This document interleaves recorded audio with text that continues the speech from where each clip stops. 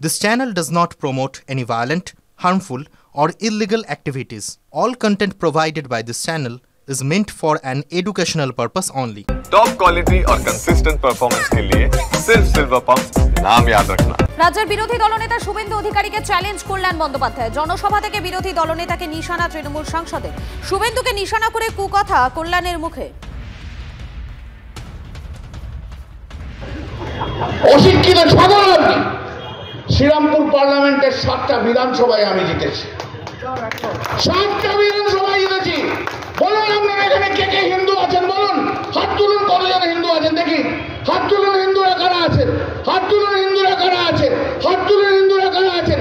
ওই শুভেন্দু দেখে যা, হিন্দুতে ভক্তভক্তি এখানে রয়েছে, গোটাটাই হিন্দু রয়েছে। তোকে চ্যালেঞ্জ দিলাম শুভেন্দু অধিকারী, শ্রীরামপুর পার্লামেন্টের কোন বিধানসভা থেকে দাঁড়াবি দাঁড়া, হারিয়ে ভোট করে দেবো।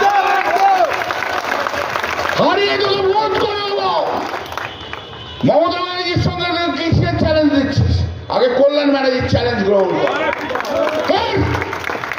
কত বড় বাপের বেটা তুই দেখতে চাই আমি। আপনারা শুনলেন প্রকাশ্যে মঞ্চে দাঁড়িয়ে কল্যাণ বন্দ্যোপাধ্যায় তিনি ঠিক কি বলেছেন। শুভেন্দু অধিকারীকে তিনি চ্যালেঞ্জ ছুড়েছেন। জনসভা থেকে বিরোধী দলনেতাকে নিশানা তৃণমূল সাংসদের। শুভেন্দুকে কুকথা এবং কল্যাণের মুখেই সেটা শোনা গিয়েছে। শুভেন্দু অধিকারীকে চ্যালেঞ্জ কল্যাণ বন্দ্যোপাধ্যায়ের। জনসভা থেকে বিরোধী দলনেতাকে নিশানা তৃণমূল সাংসদের। বিজেপি নেতা রাহুল সিনহা এই মুহূর্তে রয়েছেন টেলিফোন লাইনে। আপনাকে স্বাগত টিভি9 বাংলার। দেখুন, তৃণমূল সাংসদ কল্যাণ ব্যানার্জি, তার মুখে আবারও কুকথা শোনা গেল। এবারে তিনি সরাসরি রাজ্যের বিরোধী দলনেতা তাকে নিশানা করেছেন। আপনার বক্তব্য?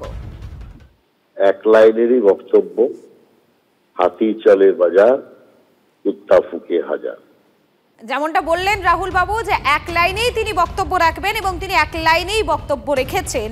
তৃণমূল সাংসদ কল্যাণ ব্যানার্জি তিনি যেমন একেবারে প্রকাশ্য সভায় দাঁড়িয়ে যেভাবে বিরোধী দলনেতা তাকে নিশানা করেছেন, তার বক্তব্য হিসেবে, তার পাল্টা হিসেবে বিজেপির পক্ষ থেকে একটি লাইন মাত্র খরচ করা হয়েছে।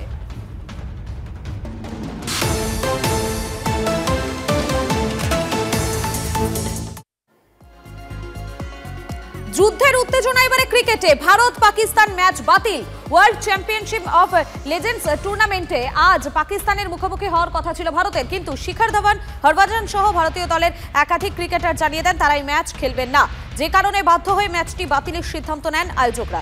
একের পর এক ভারতীয় তারকা জানিয়ে দেন তারা পাকিস্তানি লেজেন্ডের বিরুদ্ধে মাঠে নামবেন না। এই আবহে ম্যাচ শুরু হওয়ার কয়েক ঘন্টা আগে এক বিবৃতি দিয়ে WCL কর্তৃপক্ষ জানিয়ে দেন এই ম্যাচ বাতিল করা হচ্ছে।